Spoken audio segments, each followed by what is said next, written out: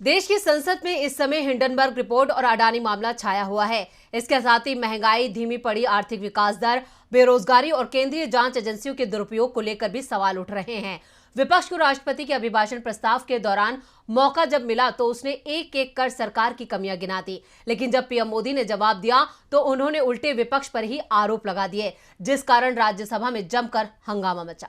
संसद में विपक्ष अडानी पर सवाल पूछ रहा है। पीएम मोदी कोयला, CWG, 2G से जवाब दे रहे हैं। विपक्ष गिरती आर्थिक विकास दर पर सवाल कर रहा है। बीजेपी मनमोहन सरकार के समय की आर्थिक स्थिति की बात कर रही है। विपक्ष गैर बीजेपी शासित राज्यों को केंद्रीय जांच एजेंसियों के सहारे अस्थिर करने का आरोप मोदी सरकार पर लगा रहा है। पीएम मोदी इंदिरा गांधी के शासनकाल के दौरान विपक्षी सरकारों को बर्खास्तगी की बात कर रहे हैं।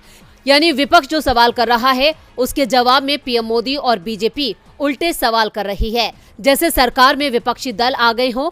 राष्ट्रपति के अभिभाषण पर धन्यवाद चर्चा का जवाब आज पीएम मोदी ने राज्यसभा में दिया। पीएम के तेवर वैसे ही थे जैसे लोकसभा में।